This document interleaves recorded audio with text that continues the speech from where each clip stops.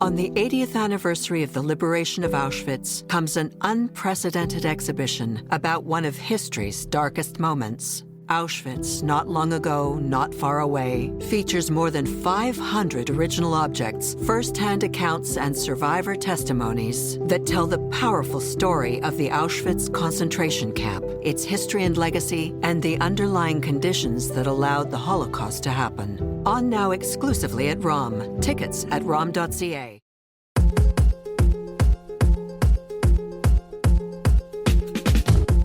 Hello and welcome to Not in Heaven, a podcast from the Canadian Jewish News about contemporary Jewish life. I'm Avi Finegold, born and raised in the great city of Montreal.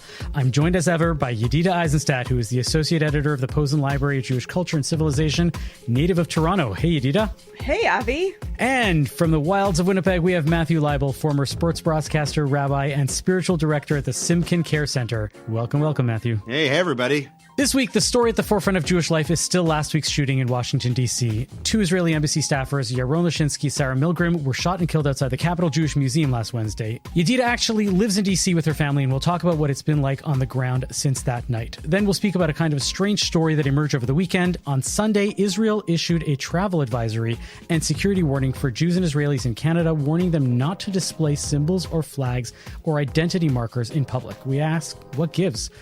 Is this really what our sense of Jewish safety is, north of the 49th parallel? All that coming up.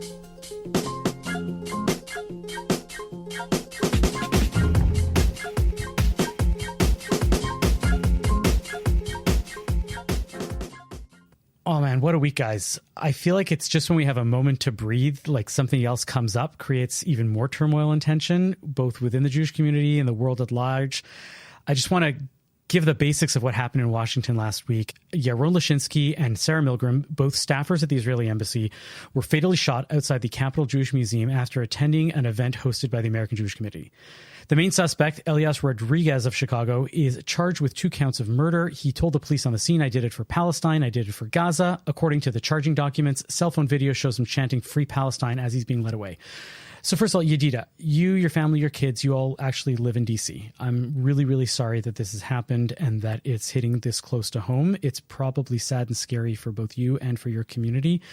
What's going on there? Can you give us a sense of what it's been like since the days when that actually happened last week? Yes. As expected, people are sad, and a lot of people around here were connected to the victims in one way or another, either through their political work or AJC or connections to the embassy or connections to the museum. You know, people are rightly shaken. At the same time, the world is a pretty small place right now, and news and information travel super quickly. So I don't know that there's an extra distinct mood in DC per se, but rather I think probably North American Jewry, perhaps especially American Jewry, feel just really vulnerable. You know, we have more security, I think, than any other probably religious group, and we do our best and we coordinate with the local authorities, but nothing is ever going to be 100%, and that is scary. And at the same time, I'm super grateful for all the people who put in their blood, sweat, tears, and money to try to ensure the safety of our community.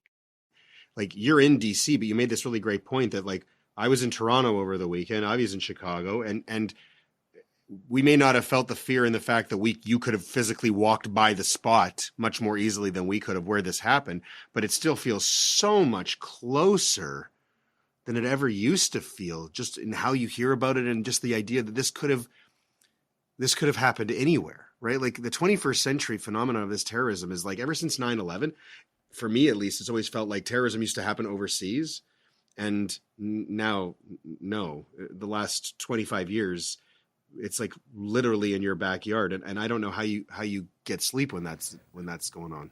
Yeah. The thing that's different for me than, for example, the previous things that happened in Pittsburgh and in California and other synagogues is that the other things that have happened over the past several years were always the product of somebody who really had, a mental illness and was quote unquote anti-Semitic because of some delusion that they had. This person seems like a fairly rational individual right? I don't know what his mental status was, but this was like the first time that I get a sense that somebody went in saying and understanding what they mean when they say, I'm doing this because of Gaza, I'm doing this because of Israel, and intending to go harm somebody the same way that like Luigi Mangione went and said, I'm intending to harm this person who is the head of a, healthcare organization that has harmed so many people. And this is what I'm trying to send a message by doing this. Yeah, but it's not rational, right? Like it can't possibly be rational, but like, so then how is this happening? Like that's a very interesting point that you just got me thinking about here, Avi, is like, how are these seemingly rational people who can articulate the psychosis that they are doing? How is this happening? Well, one major hallmark of anti-Semitism is magical thinking about Jews. That doesn't explain why Elias Rodriguez thought that he was going to advance the cause of freeing Palestine, but I had this engagement on the internet that I deeply regret, where somebody basically said to me, oh, those Israelis, they figured out how to save their people at Entebbe, so they should be able to figure out how to fight this war without killing all these women and children. And the IDF is good, but they're not magic. And I just like, I don't even know how to respond. Kind of like all I have for this person is sarcasm. Like, yeah, we're so smart that like we should have been able to breathe the Zyklon B gas and not die in the gas chambers. Or like, there's no way to rationally engage with people who are being irrational about Jews. But I am glad that there are people trying to keep us safe, scouring the dark parts of the internet for people who are turning from speech to action. And I think that that's really another piece of what at least the DC community, but I think everybody is experiencing over this week, right? Like we've seen the rhetoric around Jews and demonization of Israel and globalizing the Intifada over the last 20 months. So like, we should not be surprised that, this happened, because rhetoric does turn to action. Not everybody, but we should not be surprised that this happened. And what about this political candidate from the Green Party? Was it out in Vancouver, who went on social media and put, after these two people were killed in cold blood, 100% justified? Like, this is a person who ran in a federal election in Canada? I mean, that this is of a ilk with all the people who on October 8th were saying that this is exactly totally acceptable. And there were many tenured college professors that were out there saying, I'm glad that this is happening. We need more of this. And so that is what freaks me out. I think that freaks me out in a weird way, almost more than these two people who were killed, who were completely innocent. That freaks me out too. But like, who are we walking by in the streets? I don't know. I would articulate it differently, at least in my mind, is that what happened in Washington was one person trying to send a message that I'm so angry about what's going on here. What happens when a Green Party member or another professor and goes and says, we need more and more of this, they're basically saying, yes, actually, the thing that we need to do right now is keep killing Jews around the world simply because that's the thing that's going to get things to stop and we're going to get our land back. And that's really scary. Really, really scary. And gets also to like another hallmark of anti-Semitism, which is just, the magical equation of all Israelis and all Jews all over the world. As we know, lots of Jews have lots of opinions. There are plenty of Jews and many, many Israelis who do not at all agree with what's going on, what the Israeli government is perpetrating in their name. And to have all the complexity of Israel foisted on you in North America just because you happen to be Jewish is the word I'm looking for is some version of collective punishment, collective identification that doesn't recognize for any kinds of distinctions and nuance. Or humanity. Which, when I say that, though, I'm like afraid that I'm going in the, it's justified direction, but I'm not, because political violence is not justified.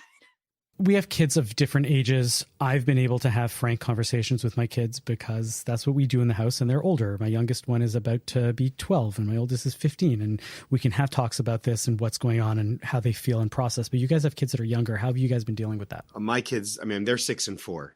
So I'm hoping that by the time my kids are your kids' age, there's some kind of actual magic in the world and none of this stuff is around to talk about anymore, which obviously is a ridiculous thing to think. But I'm not going to talk to them about it now. They're too young to process this right now. My 19-year-old stepson, we are pretty straight with him and fight about all the things in front of him, politics in Israel. But my 6-year-old's like, I'll answer her questions in sort of a simple, age-appropriate way. She doesn't really ask. Her norm is that there's security in front of shul and there's security and police officers, and the wonderful, wonderful man who sits in the front door of her school wears a bulletproof vest. And he also wears like fun sunglasses and like dresses it up. And this is just her norm. And I don't, she's 6, so she doesn't know what a bulletproof vest is. So I haven't really had to explain to her why her school needs security and other schools don't need security. And also in America, all schools increasingly need security. So maybe I can keep avoiding that. A lot of people ask me, like on a side thing, when I'm doing funerals, if they should tell the grandkid, if the kid is 8, should they come to the funeral? Should they not come to the funeral? And my answer in that situation, like in this situation, is you know your kids better than I know your kids. And trust yourself as the parent and how you're going to handle this sort of situation. But at the same time, I don't think anyone wants to be talking to somebody who's under bar mitzvah or bat mitzvah about these kinds of things. That's kind of a cutoff, maybe 10. I don't know. I just thank God that it's not a reality in my life. But like my daughter, we went to a Save the Hostages rally at the end of last summer, took my kids and, got yellow t-shirts and yellow hats and yellow, all the Save the Hostages swag. And rightly, of course, she was like, why are we here? What are we doing? And we explained to her that there's a war in Israel and it's terrible. And, a bunch of our people are being held by the other side. And sort of for her, it's kind of color war. And I kind of want to keep it that way for now. And so my daughter's modern Orthodox day school, it is my understanding that increasingly they, in the upper school and the high school, that they like engage more critically about Israel and its history. But for now, she's 6, she's in kindergarten. And I think that every Friday when they have their Shabbat thing, they sing Achenu. And so my daughter walks around and her earbud in the car, she'll randomly just start singing Achenu to herself. And just in case anyone doesn't know what Achenu is. It's a prayer for the well-being of all Jews who are in distress. In captivity. Yeah. Which is a throwback to NCSY when I was a teenager, but also breaks my heart a little bit. That this is her theme song and she does she's 6. She has no understanding of sort of the power of it and the symbolism and the meaning. And it's so simple for her. And it just, I wish it could be like that forever, but obviously it won't be. What a thing. Yeah.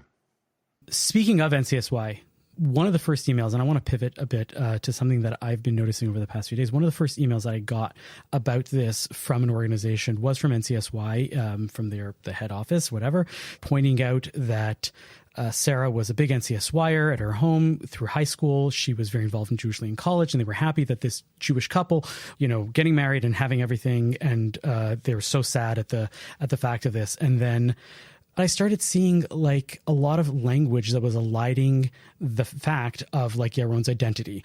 As the day progressed, we started realizing that this person was born of a Jewish father and a non-Jewish mother, and this person strongly identified with Messianic Judaism. And I started seeing the messaging shift a lot across many people. So it's not necessarily everybody. There were definitely a lot of movements and a lot of organizations, a lot of people that were explicitly including them both as members of the Jewish community. But I started seeing, Aisha Torah had an article about Sarah Milgram's life and death calls us to be louder, prouder Jews. I started seeing people needing to identify them as both of them workers for the Israeli embassy and committed to supporting Zionism, the Jewish state, and the Jewish people. Not necessarily talking about their identity themselves, but really just moving around that discussion. So it's clear to me from seeing so many of these that for some people, this person, Yaron's identity as a Jew or not a Jew or however they want to think about it is important. And there are people that want to recognize that it's sad and that it's a tragedy, but in doing that, needing to exclude him from the Jewish community, needing to point out his identity without having to point out his identity. What are we speculating as why would you think that it's relevant and important to make a difference whether this person was actually Jewish or not? For me, it doesn't matter. Throughout my life, I would get caught in these arguments about a wild range of topics. And you always had the person or couple of people who, it felt like they were intentionally missing the point. And I kind of feel like this is sort of that in this situation. Like, I don't think the shooter asked. I don't think the shooter cared. I think it's about the fact that this person was on Team Israel and therefore, in this guy's mind, deserved to die. Like, what kind of Jew, your level of practice, your level of observance, whether you had a bar mitzvah, whether you ate a cheeseburger, it just doesn't matter. Like, it doesn't matter. It doesn't matter to me. This guy was killed for a perception, for sure, but needing to qualify it after the fact, I don't know. I don't get it. Matt's observation that it seems like it's intentionally missing the point, I think is spot on. It definitely doesn't matter. And I think it's small-minded. And I think that it contributes to different, it's making a statement about breaking up the Jewish community in a moment when that's really not what we need. Yeah, I think that any other point in time, they would happily exclude and vocally and say, you're a nice guy, but you're a Messianic Jew and you're actively trying to undermine Jewish thought and Jewish ideas. And you may be technically Jewish in the Reform world, but you're not Jewish by our count. And they don't want to say that because it's actually a tragedy that it happened. But they know that any other day of the year or any other time, they would have wanted to exclude it. But it really brings up the fact that at the core of so much of Jewish life right now is these questions of, are you in or are you out? And you have these people that basically say anybody that's anti-Zionist has to be outside of the community. We don't want to give them an aliyah even. And I'm like, that's the same sentiment that is not wanting to exclude this person, but also not wanting to say anything loudly about including them. And both of those things are terribly icky. And I think that it says a lot about the people that try to exclude Jews at the time when we shouldn't be doing it the most. Yeah, that whole idea, the Zionist, anti-Zionist, the rift within the Jewish community, that's a real thing without question. And I have no time for any of that. In fact, I see the rabbi's role, whether you have a pulpit or not. You're supposed to be somebody putting your arms around as many people as possible. Like the way that the Jewish community that I've seen in Winnipeg and in other places has broken down, Jews fighting Jews, that's terrible. This whole thing is a lot of people refusing to find a common ground. That is always an undercurrent for me, is that there's so much more commonality than anyone wants to admit. And if we just took a step back, we could find it. We could find it. One of the big points that I wanted to talk about, so many people are pointing to this as a major security failure, especially given how much attention has been paid to security within the Jewish community over the past few years. Rodriguez had been able to not only shoot the couple right outside the event, but he actually went in, he wandered around for 10 minutes, then he gave himself up. We all regularly frequent Jewish institutions with seemingly robust security. Is it inevitable that security lapses like this will happen, or do we see this really as something else? So it's my understanding that the address for this event was not readily available. It was only available upon registration. But otherwise, I don't know, how big should the perimeter be? How, I don't know. You're supposed to profile people on the streets? What are you supposed to do? I've always had this concern. I don't like thinking about it, but I do believe it, that you have to take measures for security. You have to try and step it up. But at that expression, at the end of the day, if somebody wants to do something truly evil that we can't even comprehend, and I include this in that, there will never be a 100% stop them kind of situation. Sometimes they find a way, and I don't like to think about this, but that's always been my opinion. So when they blame security failing, sometimes that's a reality. I mean, you have to step it up, but in other situations, I mean, how far can you go? I don't think you can ever completely stop it. Yeah, I think it's actually an argument for less security theater around Jewish communal events and spaces, because there's this sense that all the things that we're doing actually increases our security. And as you're saying, there's always going to be somebody that's going to be able to do something with that, with whatever it is that they want to do. If they're really that determined, they will get through whatever bollards are in the way of a building's entrance. They will overpower any security guard that's there with a gun, right? And to go and ask for, there was calls for $1 billion of aid for Jewish communal organizations in the US this week in the wake of this. I'm like, that's not necessarily going to help. There's always going to be something that's going to do this. And we just have to be aware and accept that we're in a new world and we're in a different space. And we have to be vigilant, and we have to accept that this is what it is. I'm not saying that there should be zero security.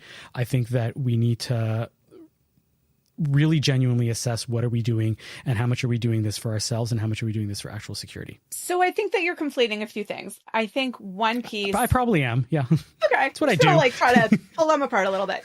I think one of them is how safe we feel going into the building. So I do appreciate that, my synagogue has basically the same non-Jewish security guard and one entrance and hardened entrances, and also community members recognizing people, sort of trying to gain a sense of who's coming into the community. So there's the question of how safe we feel. And then there's also the question of the perception of our security. And I think targets that appear to be more hardened also appear to be less susceptible. Those two go hand in hand. So the question of whether, I could ask the same question about going through airport security, right? Airport security dumped out my face wash the other week, right? Did that make anybody safer? One person tried to make a bomb in a shoe, and ever since, we've all had to take off our shoes. Right. So $1 billion more of security. I don't know how much of a difference that's going to make. Whenever these things happen, I just get really insular with my family. I did it during the pandemic. I do when this happens. And, I try to be very present and just kind of feel the love. And I still really do believe in the overall goodness of humanity. I do think that Facebook and Instagram and all these things that I am not personally on, and I think everybody should get off, distort the reality of how many people out there who are just silent on those forms of communication are actually really good, honest people who would never do like this. I believe that the majority of the world, but there are billions of people in this world. And so even if the majority are good, you might have 1 million people or 10 million people who are completely keep them as far away from my family and your families as we possibly can. But can I throw out something really quickly, just because, we're into this conversation and it's heavy. In the same breath, I feel like that this happened. 56,000 people showed up for a walk for Israel in Toronto. And that story got me through the weekend. That story got me off to an okay start this week. I can wake up and I can feel some of that stuff I was talking about before, humanity. I don't feel the darkness. I don't feel the clouds encircling and coming in me, because I guess those kinds of events still, I let them have more power in my life. I choose to give them more power. Maybe that's silly and naive, whatever. It's working for me right now. And I wanted to throw that up. 56,000 people, more than last year. And more people showed up. They raised more money. I mean, they said that the counter protests were down. There is light among this darkness. I feel I wanted to throw that before we kept going down and down and down.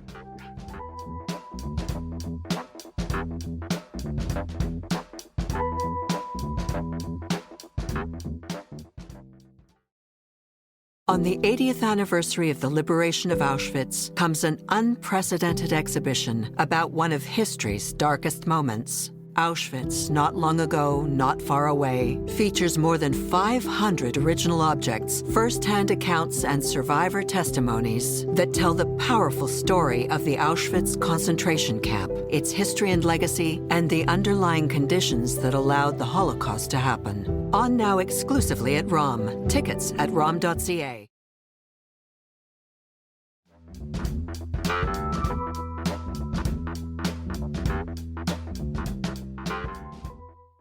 Let's move on to something more local. We brought it up briefly about what life is like in Canada right now. But this week, the Israeli National Security Council issued a level 2 travel warning for Canada, urging Israelis living in or visiting the country to take increased precautions, right? So they're advising people to avoid wearing visible displays of Israeli or Jewish identity, symbols or flags. I'm guessing maybe Magen David's or Kippas even fall under that category, and to remain highly alert in public spaces. And this comes several weeks after the Ministry of Diaspora Affairs said that Canada was the champion of anti-Semitism. Woohoo! We're good at hockey and anti-Semitism. And published a report decrying the state of affairs here as being more intense than ever before. Matthew, I mean, you're the one that's actively living in Canada. Do you feel embattled daily? Is Manitoba the new Munich of 1945? No. I mentioned I was in Toronto, and there were some guests at the bar mitzvah that I was at who are former Winnipeggers but have been living in Texas, right, for the last 25 years in Houston. And they told me that their perception is that Canada is getting more anti-Semitic by the minute way faster than the United States. And at the same time, whether it's true or not, I don't feel that same kind of, like, because of the United States and its history with gun violence, I think I would be so many more degrees shocked if what happened in DC happened in Canada, because we just don't hear those kinds of stories with that same regularity. And yet it feels like, at least as a Canadian, you hear about gun violence in the States on a daily basis. Right. And so this, I don't know gets if that's at to play too. media and perceptions and all that of course, stuff. Of course. But it's part of the picture for sure. And the ready availability of guns, definitely part of the picture. I worry that sometimes, in spite of being a public Jewish person, that I sometimes am, I don't know what's going on. I was on the radio for 6 years, 5 days a week. I talked about being, sarcasm here, but not complete sarcasm, a star in the Jewish Men's Slow Pitch League. I never in 6 years got a hate-motivated tweet, email, phone call, nothing. Nothing. I hear all these stories from people, couples I work with, families I engage with, who would tell me stories about being called dirty Jew on the streets of Montreal or Halifax or even in Winnipeg. But I personally cannot speak to those things. So I'm not in denial that they happen. I'm more confused that someone who is out there as a Jewish person for my job, who I never shy away from it. Like when people were asking me, should I take my mezuzah down? I live in a part of Winnipeg that has very few Jewish people. I probably have the only mezuzah for a many block radius. And I never once thought about taking it down. I put up my sukkah. I draw attention to that. And I've always been proud to do that. And I feel like I owe it to the ancestors who lost their lives being Jewish to be as proud and outwardly Jewish as I possibly can be. That has always been my mindset. But so many people around me have a level of anxiety and fear about growing in anti-Semitism in Winnipeg across Canada that I just can't deny that they're not making it up. I don't think it's in their heads. Like they've got to be feeling it. But the Israel thing, I feel like this is just political posturing. You know, like we didn't elect the right-wing guy like they probably wanted us to, the way the states did with Trump. Then there was some back and forth with shots fired at a Canadian delegation. Carney came out and said some stuff. Israel, like I feel like this is kind of playing into that more than whether it's about a reality of anti-Semitism. And that confuses me.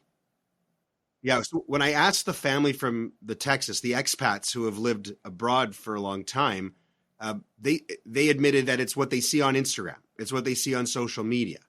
And as we've kind of discussed and touched on here and other days, I don't feel like that's an accurate representation of reality. I feel like it's a targeted small part of the picture, and that picture is probably getting worse. But in the whole scope of Canada, I don't know. I'm not convinced. I'm also worried that if I'm not convinced and I'm not being vigilant enough, that I'm denying it. So I have to be very, very careful, because I'm trying to listen to the people from in Canada and outside who are telling me that it's getting worse, and reconcile it with the fact that I would go outside right now and walk 20 blocks with my kippah on very, very confidently, like very, very confidently. So I don't know. Again, I'm very confused by it. Am I allowed to tell a critical of the CJN story from many years ago? Sure. Yeah, I'm getting the thumbs up. So back when I was faculty at York University, right? So let me think about this, somewhere between 2014 and 2017. The CJN was doing a lot of coverage about how bad it was to be a Jew on various different campuses, including York, obviously. And it sort of centered around this big mural that was a totally like anti-Israel nasty mural in the student center. But from the CJN's coverage, you would have thought it was the only mural in the center, and that it was like hundreds of feet wide and 7 stories tall. In truth, it was 9 by 12, and it was one of 36 pieces of art in the student center. And I never would have noticed it, never even would have seen it if not for the CJN's coverage. And like that story, it kept going, because it affected donors, and people were very loud in the media, and CBC got it. It was like a lot. It was a lot. All of which is to say that like the media sometimes and not just the CJN, is sensationalist about things that don't necessarily comport with people's lived reality. And so to me, on campus, somebody who was on campus every day, engaging with Jewish students every day, there was like a break between the reality of the situation and the way that it was being covered. And like, I've heard variations on that theme over and over and over again all through the years.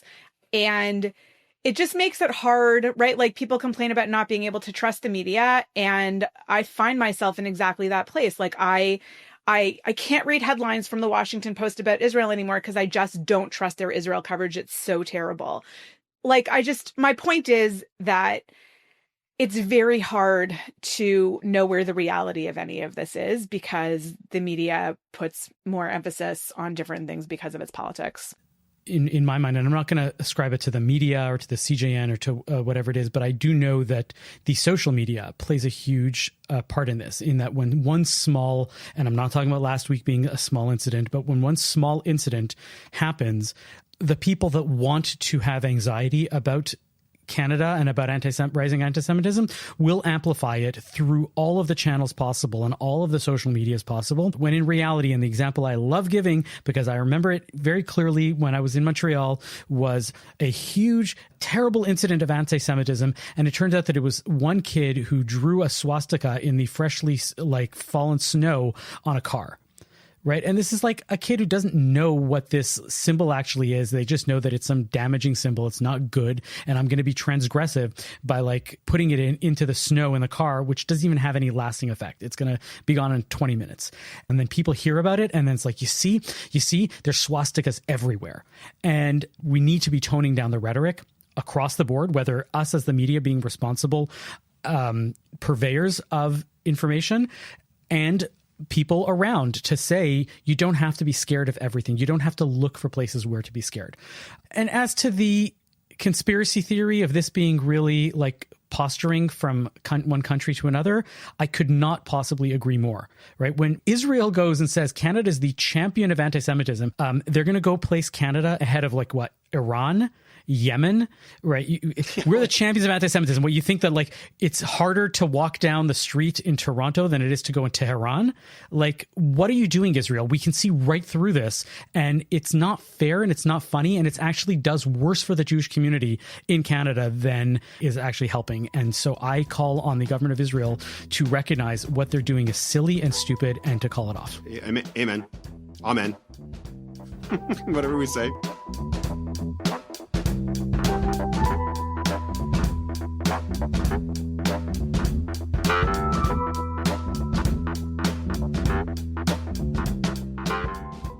Let's move on to some actual Torah and some wisdom for this week.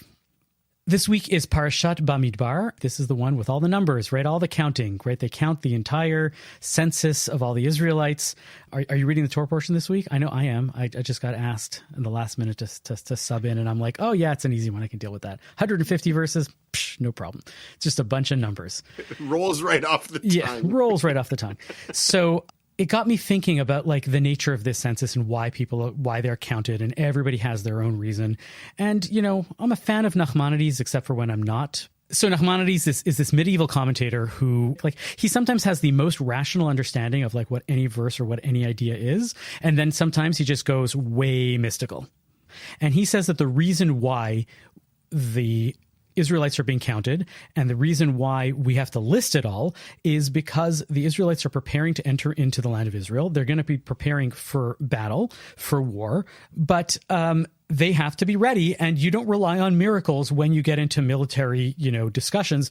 You actually have to be prepared. You have to be ready. You have to prepare for battle. And this is the way in which they prepare. They get to know how many people they have to be able to get into battle. And to me, it signaled back to the line that I tell my kids all the time that I'm always a big fan of, and that is trust but verify. And so my question to you guys is, what's an area in your life where you really live that, where you're trust but verify? You know that you should be trusting in this, whether it's to God or whether it's the person in front of you or whatever it is, and you trust them, but you make sure that there's verification of whatever else it is that's going on. I think for me, it's that I often go back downstairs after I've gone to bed to make sure the front door is locked. which is not like an I'm afraid they're coming for me position. It's just I like to know that the door is locked when I'm asleep, and I have trouble falling asleep unless I have checked it sometimes. I was going to say, Avi, when you asked in what areas of your life, I was going to say, can I give the answer in every single area of my life? Like, I don't know if I'm not trusting, but my immediate reaction when I hear something, even if it's somebody that is credible in my mind, I always double check. Maybe that's the journalist in me that you need two sources.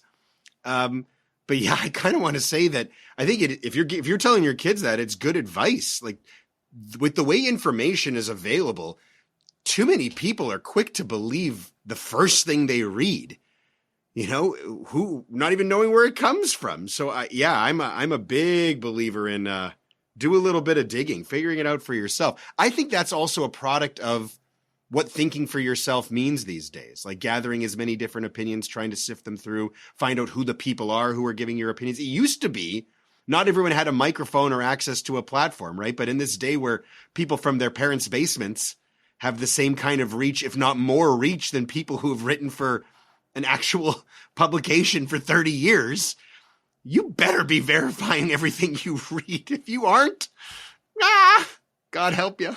I mean, that's exactly where we are right now. And now introduce AI into the equation. No facts or truth anymore. I would offer one other quick thing that a bar mitzvah student taught me about Bamidbar a few years ago, is that I kind of always made that mistake of translating Midbar as the desert, but it's actually the wilderness. Mm-hmm. And that great idea that in order to reach the promised land, you have to spend some type of period in the wilderness, and that the Torah was given in the wilderness, not in the promised land, to remind us that all our wanderings are not for nothing, even though double negatives are not great. The message he taught me was really great. Verify that one, though. My verification is every time I meet with a couple to do a wedding, the first meeting I have with them, I give them all my list of the things that we need to have, all of the various things. And one of the things that I tell them right off the bat is I need documentation of your Jewishness. And I tell them right away, I say, I trust you. I know that you're Jewish, but I verify because I have a file on every couple that I've ever done a wedding for, so that in 10 years or 20 years or whenever it's going to be, somebody can then ask me, are these people Jewish? Did you ever check into it? And I'm like, yes, I have the proof. Here it is. And I just keep it as a way of carrying the proof of Jewishness one step forward to say, yes, this ketubah is the equivalent of saying that these people are Jewish, because Avi Finegold checked into it and he checked the previous generations and it all works out. So that's my big trust in verify. Is there any other way other than a ketubah? How do you verify? What else can you use to verify Jewish? A conversion certificate. I honestly will use membership in a synagogue. You want to send me your dues and that your rabbi accepted you as Jewish, then that goes on to them. But at least I can verify that somebody else verified.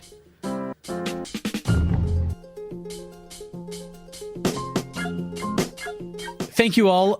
Just a quick note that we will be taking a week off next week because of Shavuot. We'd like to wish you a Chag Sameach, and we'll see you again in 2 weeks from now. Thank you for listening to Not in Heaven. Our producer and editor is Zachary Kaufman. Michael Freeman is the executive producer. To catch every episode, subscribe wherever you get your podcasts. If you'd like to support our show, consider making a donation to the CJN at thecjn.ca/donate.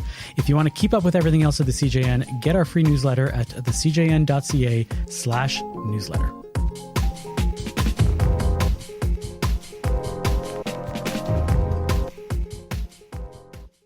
On the 80th anniversary of the liberation of Auschwitz comes an unprecedented exhibition about one of history's darkest moments. Auschwitz, Not Long Ago, Not Far Away, features more than 500 original objects, first-hand accounts, and survivor testimonies that tell the powerful story of the Auschwitz concentration camp, its history and legacy, and the underlying conditions that allowed the Holocaust to happen. On now exclusively at ROM. Tickets at rom.ca.